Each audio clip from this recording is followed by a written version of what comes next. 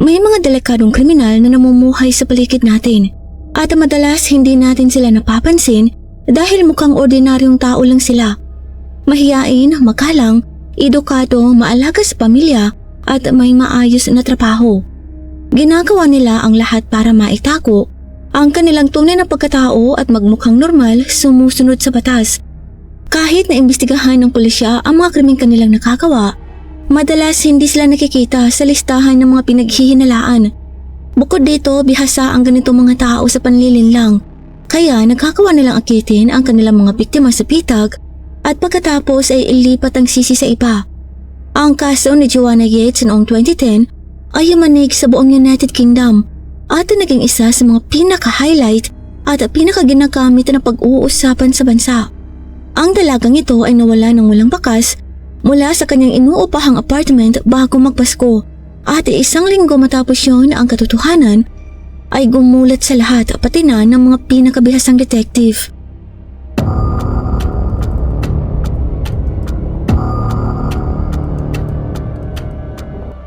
Si Joanna Claire Yates ay pinanganak noong April 19, 1985 sa Hampshire, England. Siya ang bunsong anak sa dalawang magkakapatid nina David at Teresa Yates. Lumaki si Joanna kasama ang kanyang nakatatandang kapatid na si Christian sa isang mayamang pamilya kung saan parehong may senior management positions ang kanilang mga magulang at may mataas na kita. Hindi sila nagtipid para sa kanilang mga anak at palaging sinisigurado na mabigyan sila ng pinakamagandang edukasyon. Si Joanna ay napakatalino, masipag at malikhain. Magaling siya sa kanyang pag-aaral at nag-aral sa isang prestigyosong pribadong paaralan bago nag-enroll sa University of Essex kung saan pinili niyang mag-aral ng landscape design. Pangarap na ni Joanna na magtrabaho sa larangang ito mula pagkabata dahil likas sa kanya ang pagmamahal sa kagandahan at alam niya kung paano ito malikha. Di nagtagal matapos makagraduate, inimbitahan si Joanna na magtrabaho sa kanyang larangan sa isang malaking kumpanya kung saan na ipamalas niya ang kanyang kakayahan. Mabilis niyang napatunayan ang sarili bilang isang bihasang profesional at may kumpiyansang umakyat sa hagdan ng karera hanggang sa maging pinuno ng kanyang departamento. Noong 2008, nakilala ni Joanna ang isang binatang nagngangalang Gregory Rertan na nagtatrabaho bilang engineer sa kumpanyang Highland Edgar Driver. 2 taon lamang ang pagitan nila. Agad silang nagkasundo at kalaunan ay naging romantiko ang kanilang relasyon. Sa loob ng 1 taon, nagpasya silang magsama sa iisang bahay. Hindi sila nagmamadali na opisyal na erehistro ang kanilang relasyon.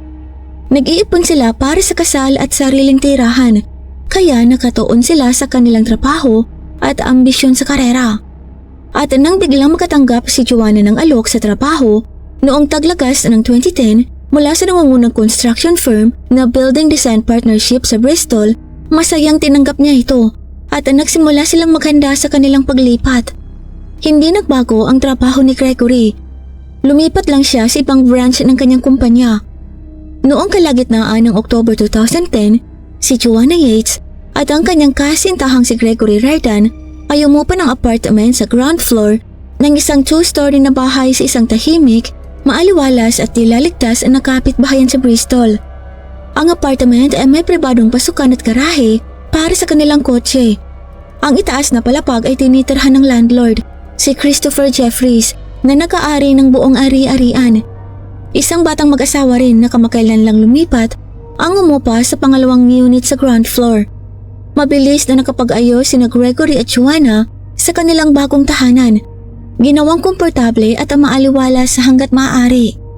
Maayos din ang kanilang profesional na buhay. Parehong nakisama sila sa trabaho, nakagawa ng bagong kaibigan at nagtagumpay sa kanilang mga tungkulin. Sila'y masipag, ambisyoso at palakaibigan kaya hinangaan sila ng kanilang mga kasamahan at kakilala. Malalim ang pagmamahalan ng dalawa at may malalaking plano para sa kanilang kinabukasan. Pagsapit ng kalagitnaan ng December, naghahanda na ang dalawa para ipagdiwang ang kanilang unang Pasko sa Bristol. Pinalamutian nila ang kanilang apartment, naglagay ng Christmas tree at bumili ng mga regalo para sa kanilang pamilya at mga kaibigan.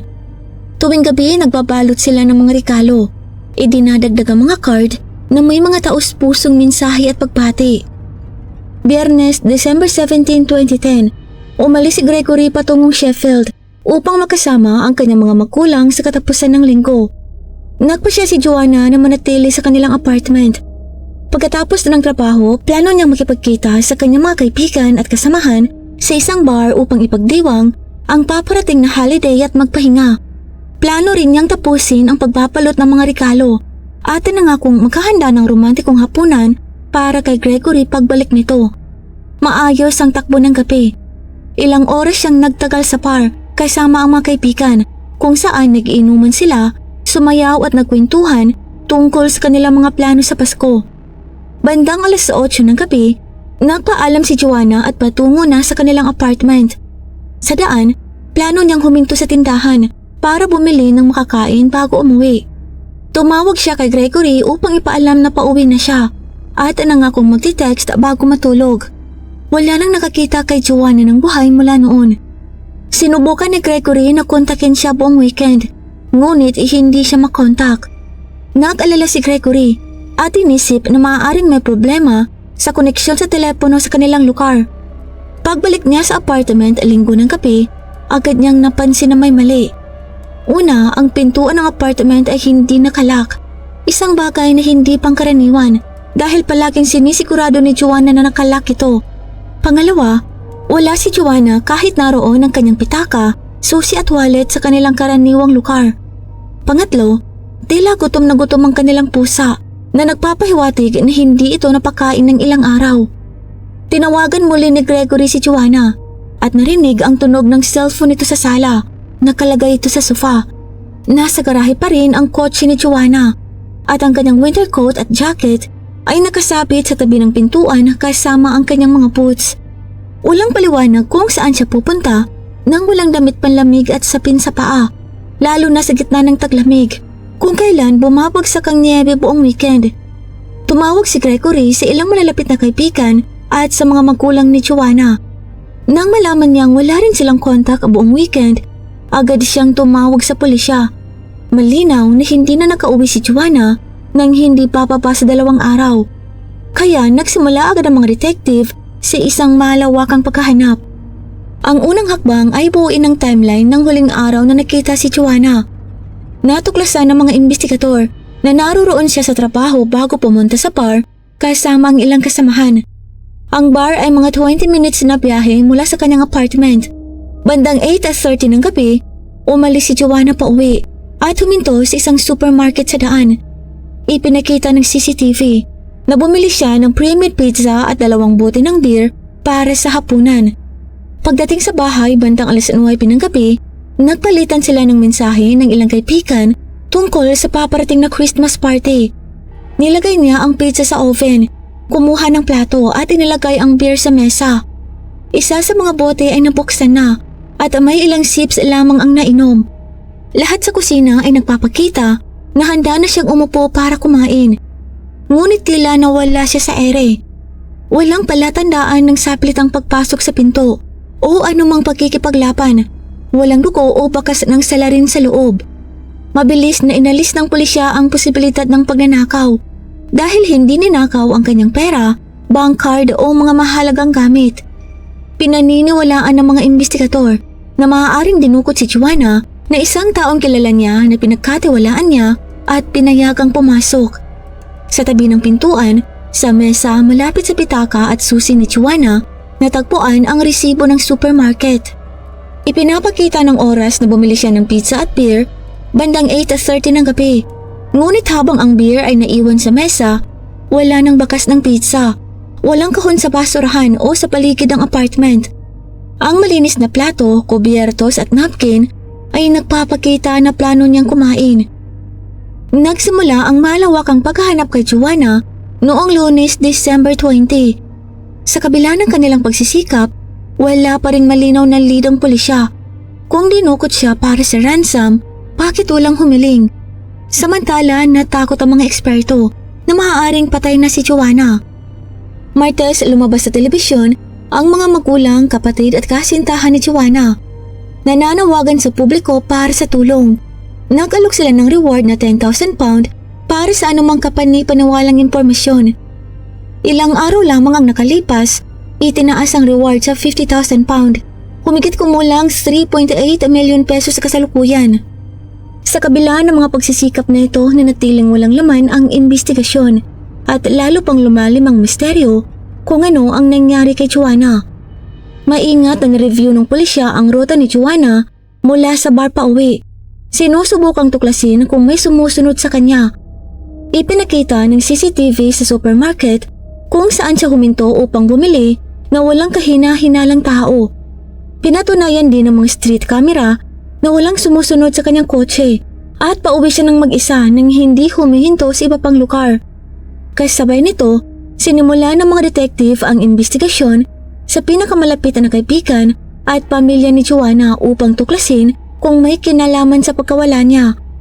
Natuklasan nila na wala siyang kilalang kaalitan o kaaway at lahat ay may makagandang komento tungkol sa kanya. Tulad ng karaniwan sa ganitong mga kaso, unang tinutukan ng mga investigador ang kanyang kasintahan, si Gregory, at ginawa siyang pangunahing sospek. Bagamat walang palatandaan ng problema sa kanilang relasyon o motibo para saktan si Joanna, kailangan pa rin ma-verify ang alibi ni Gregory. Isa pa, maaaring gamitin ang pagpunta sa ibang lungsod bilang pagtatakip sa krimen. Agad na nakumpirma na nagtrabaho si Gregory ng buong araw noong Biyernes bago dumiretso sa bahay ng kanyang pamilya. Huminto siya sa isang gasolinahan sa highway at ipinakita ng resibo na bandang 9:00 ng gabi ay malapit na siya sa Sheffield. Pagsapit ng 9:30 ng gabi, naroroon na siya sa bahay ng pamilya tulad ng kinumpirma ng kanyang mga kamag-anak. Nanatili siya doon sa buong weekend, kaya imposible para sa kanya na bumalik sa Bristol nang hindi nakikita. Ipinakita ng mga tala ng telepono na maraming beses siyang tumawag kay Joanna sa weekend. Nagpadala ng mga text at voice messages, ngunit walang nakatanggapan ng sagot. Matapos ma-verify ang kanyang alibi, napawalang sala si Gregory at tinanggal sa listahan ng mga posibleng suspect. December 25, 2010, isang nakakakimbal na pagkatuklas ang naganap, mga 3 milya mula sa kanilang apartment. Maagang umaga, may mag-asawang naglalakad kasama ang kanilang aso sa isang liblib na lugar na may niebe. Nang mapansin ng kanilang aso ang isang bagay na inaamoy at hinuhukay sa niebe. Nang lumapit sila, naggulat sila nang makita ang paa ng isang tao na nakalabas mula sa niebe. Agad silang tumawag sa pulisya. Dumating ang mga tauhan at natuklasan ang katawan ng isang dalaga sa niebe. Dahil sa lamig, maayos pa rin ang katawan at may kakaunting pagkabulok kahit ilang araw na itong naroroon. Agad na nakilala ang biktima bilang si Joanna Yates tulad ng kinumpirma ng kanyang mga mahal sa buhay. Ipinakita ng forensic examination na may higit sa 40 magkakahiwalay na sugat sa kanyang katawan, kabilang ang mga defensive wounds sa mga braso na nagpapakita na pilit siyang lumapan. Bukod dito, mayroon siyang mga broken ribs at bali sa ilong. Ngunit tinukoy na ang sanhi ng kamatayan ay strangulation sa pamamagitan ng kamay. Ipinakita rin ng autopsy na walang laman na pizza ang kanyang tiyan na nagpapatunay na hindi niya ito nakain bago ang pag-atake. Napag-alaman ng mga investigador na naganap ang krimen sa ibang lugar at dinala lamang ang kanyang katawan sa kagubatan upang itago ang ebidensya. Sinubukang takpan ng salarin ng katawan gamit ang mga sanga at dahon, ngunit natabunan ito ng niebe sa mga sumunod na araw, kaya nahirapan ang mga naghahanap. Sa kabila ng lugar na madalas dinadaanan ng mga joggers at naglalakad ng aso, natagpuan lamang ang katawan ni Joanna matapos ang higit sa 1 linggo. Suot pa rin ang parehong damit noong gabi ng kanyang pagkawala, pero punit ang kanyang suot at may mga bakas ng likido sa damit at katawan na nagpapahiwatig ng personal na motibo. Sa bahay, karaniwan siyang nagsusuot ng knitted socks sa halip na tsinelas. Isa sa mga medyas ay naiwan pa sa kanyang paa, ngunit ang isa ay nawawala. Wala sa apartment o sa malapit na katawan sa kagubatan. Pinaniniwalaan ng mga detectives na maaaring kinuha ito ng salarin bilang trophy, isang karaniwang ugali ng mga taong may violent pattern sa repeat offenders. Sa pagkakatuklas ng katawan ni Joanna, na-reclassify ang kaso mula sa pagkawala ng tao tungo sa homicide. Inilunsad ang malawakang operasyon upang tuklasin at mahuli ang salarin. Dumating ang mga eksperto sa forensic mula sa kabisera upang tumulong. Kaya't ang kaso ay naging isa sa mga pinaka-high profile na krimen ng dekada at malawak ang tinutukan ng media. Nag-interview ang pulisya sa mga kapitbahay, ngunit walang makabuluhang lead ang lumapas. Wala sa kanila ang nakakita o nakarinig ng kahina-hinalang bagay sa ground floor ng bahay kung saan nakatira si Joanna.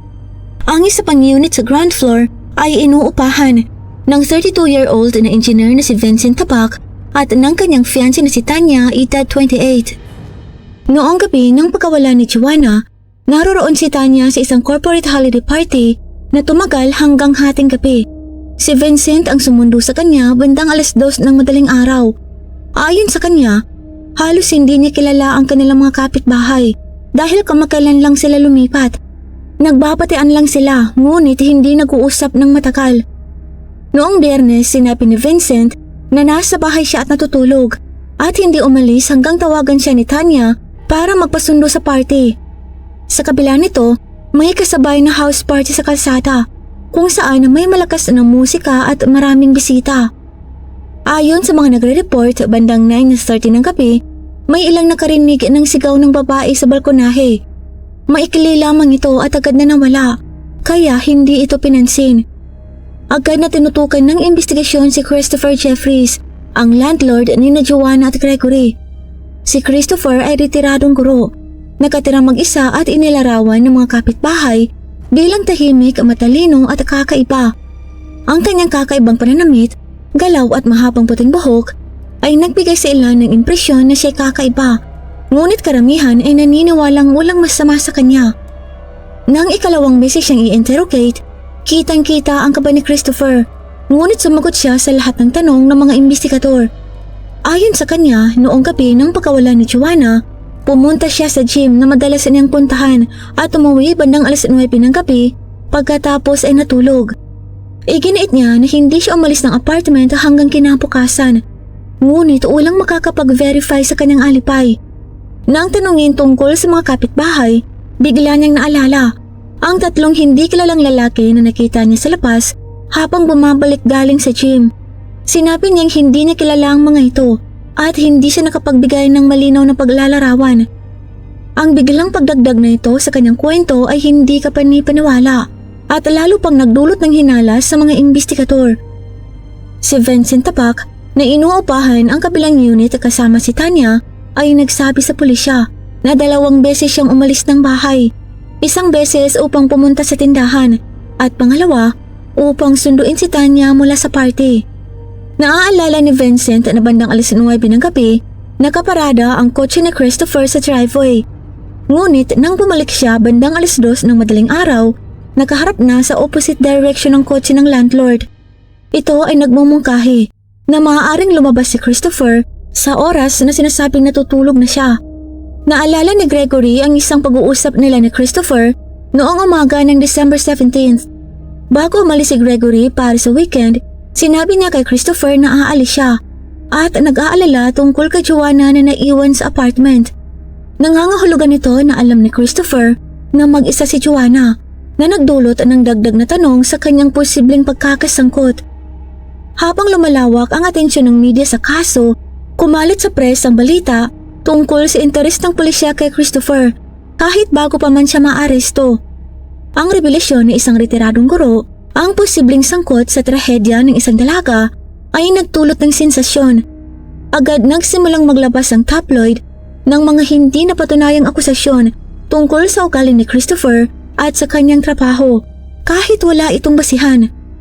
Sa kabila ng mga paratang na panatili ni Christopher ang kanyang malinis na reputasyon bilang guro at mataas ang tingin sa kanya ng mga kasamahan at estudyante. Gayunpaman, unti-unting hinubog ng mga maling artikulo ang opinyon ng publiko laban sa kanya. Ilang araw lamang, naging mahirap na para kay Christopher na lumabas ng bahay nang hindi hinaharap ang mga reporters at galit ng mga lokal. Ilan sa kanila ay handa na siyang atakihin. December 30, 2010, naaresto si Christopher at isinagawa ang paghahanap sa kanyang bahay.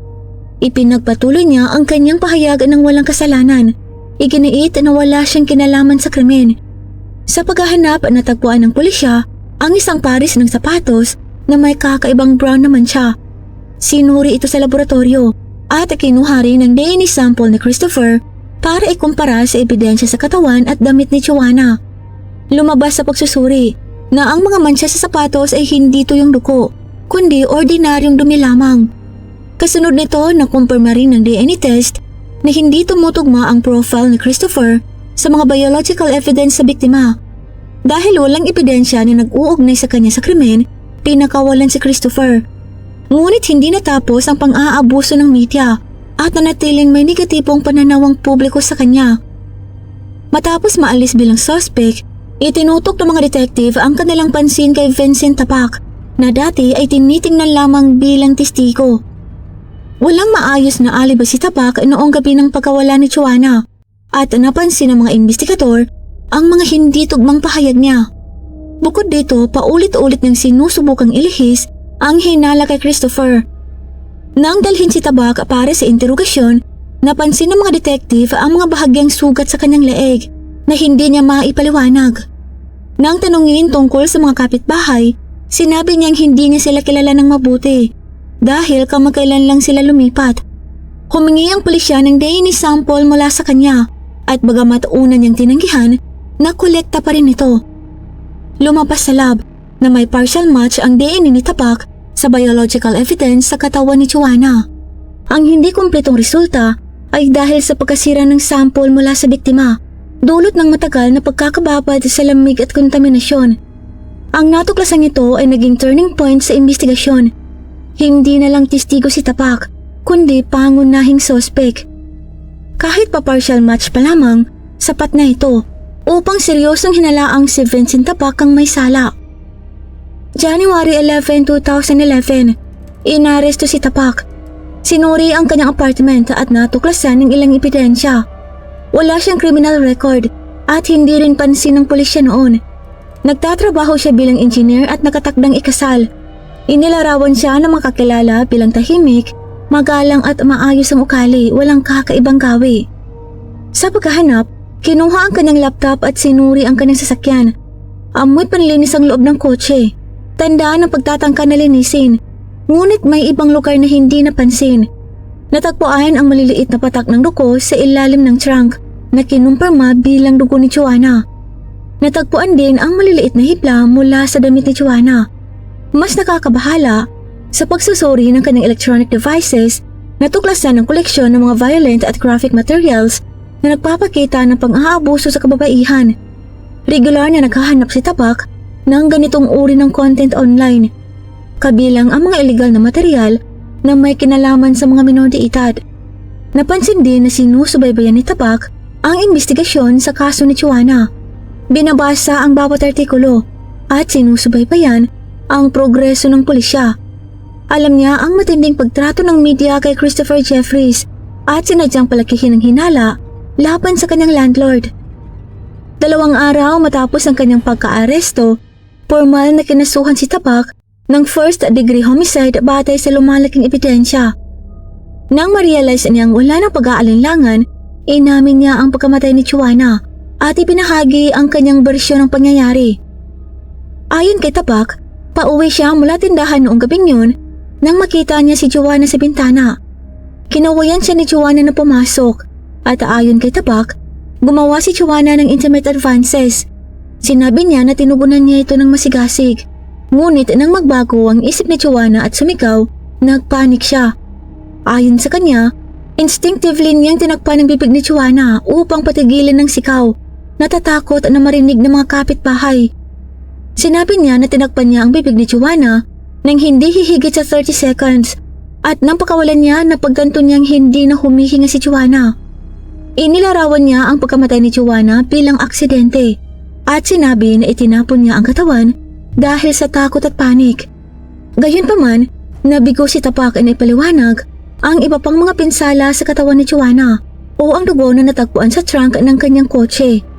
Tinanggihan ng mga investigador ang kanyang bersyon dahil ang ebidensya ay nagpapakita ng mas planadong kilos. Hindi lamang niya pinatay si Joanna, kundi kinuha rin ang pizza na binili nito na hindi na muling natagpuan.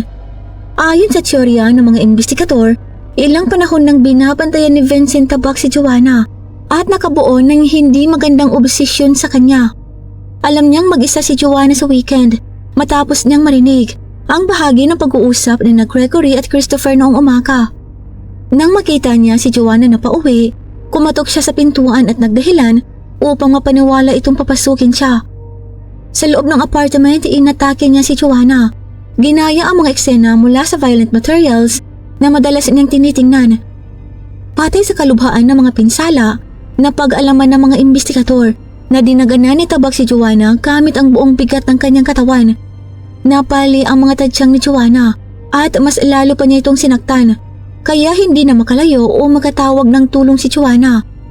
Pagkatapos dinala ni Tabak ang katawan ni Joanna sa kanyang kotse, itinago sa trunk at dinala sa isang liblib na lugar. Tinakpan niya ang katawan na gamit ang mga sanga at dahon na kalaunan ay natabunan ng niebe, kaya nahirapan ang mga naghahanap. Dagdag pa sa kakilakilabot na krimen, kinuha rin ni Tabak ang pizza na inihanda ni Joanna para sa hapunan. Nagsimula ang paglilitis kay Vincent Tabak noong October 2011. Sa kabila ng mabigat na ebidensya laban sa kanya, pinili ni Tabak na ipagtanggol ang sarili at tumangging kumuha ng abogado. Ipinagpatuloy niya ang kanyang pahayag na aksidente lamang ang pagkamatay ni Joanna, umaasang makakakuha ng mas maagang pagpapatawad sa sentensya. October 28, 2011, nahatulan si Tabak ng first-degree homicide at pinarusahan ng life imprisonment na may posibilidad na parol lamang matapos magsilbi ng minimum na 20 taon. 1 taon pa ang idinagdag sa kanyang sentensya dahil sa possession ng iligal na larawan at video na may kinalaman sa mga minor de edad. Samantala, si Christopher Jeffries ay nagsampa ng kaso laban sa ilang media outlets dahil sa defamation, harassment at pinsala sa kanyang reputasyon. Nanalo siya sa lahat ng kaso, tumanggap ng malaking kabayaran at opisyal na pag-ihingi ng tawad. Pagkatapos, isinulat ni Christopher ang isang memoir na naglalahad ng pang-aabuso ng media at matinding scrutiny na kanyang naranasan sa panahon ng investigasyon na nagpapakita ng personal na epekto ng buong karanasan. Ito lamang po para sa araw na ito. Maraming salamat po sa pagsubaybay. At para po sa early access sa ating mga upcoming videos, join po kayo sa ating Crimes in Tagalog Stories Fam. Nasa description po sa ibaba ang link. Magkita po tayo sa susunod na kwento. At sa muli, mag-ingat po tayong lahat. Paalam!